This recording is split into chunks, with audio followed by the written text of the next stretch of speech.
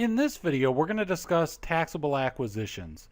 So let's say you run a firm called Megacorp and you're thinking of acquiring another firm, Acquire Me Corp. And there are a couple of different ways you could do this. One is you could go to the shareholders of Acquire Me Corp and you could buy all of their stock, right? So let's say that their stock had a fair market value of $150,000. You could pay them, and then now you own the stock of Acquire Me Corp, and so you effectively control the company, and you can liquidate it, you continue to operate it as a separate entity, and so forth, and we'll talk about that.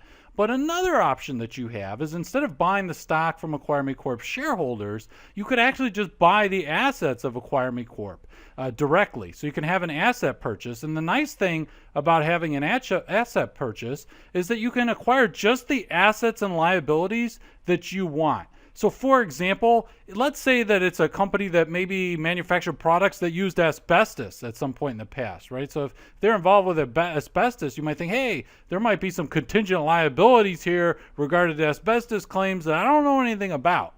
And I don't want any part of that. I wasn't involved with that. And I don't want some contingent liability come up and bite me in the butt. So if you just acquire the assets that you want, you could acquire all of the assets. You could acquire just 80% of them and so forth. You could basically do a direct asset purchase, and then you just, the ones that are in the actual purchase agreement, those are the assets and liabilities that you're actually acquiring. However, if you were to acquire the stock of Acquire Me Corp, then you could end up being on the hook for any kind of contingent liability or something like that. Now, another advantage to basically buying the assets directly is that you're going to receive a stepped up basis in the assets. So right now, you notice, for example, the basis of the assets in this example are $40,000, and the fair market value is $150,000. So normally, if you're just thinking about buying assets and so forth, then you're not actually acquiring stock, but you're just buying the assets directly. Basically, you're going to get a cost basis. You're going to get a cost basis in the assets. And what is the cost? Well, the cost to you, assuming this is fair market value for these assets and you pay fair market value, you're going to get a $150,000 basis. And that's nice because if these are depreciable assets, you're going to be able to start taking more depreciation than if you just got that cost basis, the carryover basis of $40,000. Now, there's a flip side of that. So you're getting a stepped up basis, but in a way, there was kind of a penalty for that, and that's the fact that there are two layers of tax. There are two layers of tax when you do this asset acquisition, and the reason is that basically, so the target corporation, in this case Acquire Me Corp, when you buy their assets, look, see, their assets are appreciated in value, right? They've gone up $110,000, or the fair market value is higher than $110,000 than the basis. So if Acquire Me Corp sells those assets to you, let's say it sold you all the assets, it's going to recognize a gain. It's going to have a gain of $110,000, right? It's going to have a gain of $110,000. The difference here, this appreciation. So that's going to be a corporate gain that the target, or this Acquire Me Corp, that they are going to incur. But then also, let's say they turn around and distribute that $110,000 to their shareholders. If they do that, if they give that $110,000 or some of it to their shareholders, the shareholders are going to get taxed on a dividend. So you have two layers of tax. Whereas if you do it where you just acquire the stock, and I haven't talked about this a lot, let's talk about this some. So if we just acquire the stock of Acquire Me Corp, then we're going to have where basically you're buying the stock of the shareholders. You're not buying the assets. I mean, you're going to run the corporation. You're going to have control over the assets, but you're buying the stock. All right. So now the shareholders, when they sell their stock, they will recognize gain or loss and so forth. It's not going to be a dividend, right? They're selling their stock. In this case, they're not getting assets distributed in them. They're just selling stock.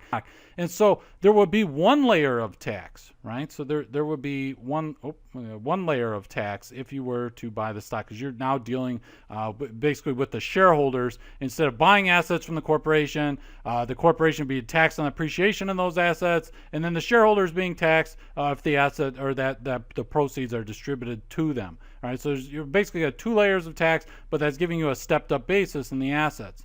Now, generally speaking, when you acquire the stock of Acquire Me Corp, you're not going to get the stepped up basis in the assets. You're going to get the carryover basis. So you would get $40,000 basis instead of $150,000. So you're not going to be able to depreciate as big a basis unless you take what's called a Section 338 election, right? So, and there's a few things you do. So if you acquire the stock, now I should talk about this. You can either liquidate the Acquire Me Corp. You can continue where they exist as a separate entity, and Megacorp, you have two different entities and so forth. But a third thing you can do is you take the Section 338 election, and to do this, you actually have to acquire at least 80% of the target. So if you acquire 80% of their stock or more, you can do this Section 338 election, where you're writing up the basis of their assets. So instead of you normally get this carryover basis in the assets of 40,000. So that would be your basis instead of cost. It would be 40,000. So you wouldn't get the 150. But if you do the Section 338 election, you can write up the assets. You can write them up to their what's called their grossed up value. So you can get, let's say, $150,000. So you write up the assets. Now, here's the catch. And this is why a lot of corporations don't want to do a Section 338 election, is that if you do this, now the target, Acquire Me Corp, they're going to have a big tax hit, right? Because now they're going to get taxed almost as if they had sold the assets to you. So you're getting the higher basis if you take the Section 338 election, and so you'll be able to depreciate more if they're depreciable property. But bear in mind, Acquire Me Corp is not going to have to pay tax on that appreciation.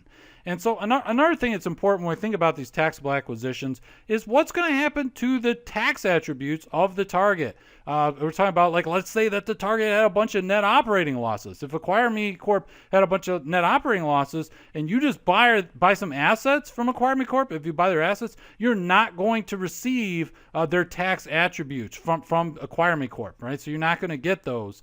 And generally, when you acquire the stock of Acquire Me Corp, you'll be able to get they'll be able to retain their tax attributes, unless, of course, if you were to do the Section 338 election, that's one of the disadvantages of this as well, is that if you do a Section 338 election, then the tax attributes of the Acquire Me Corp are going to disappear.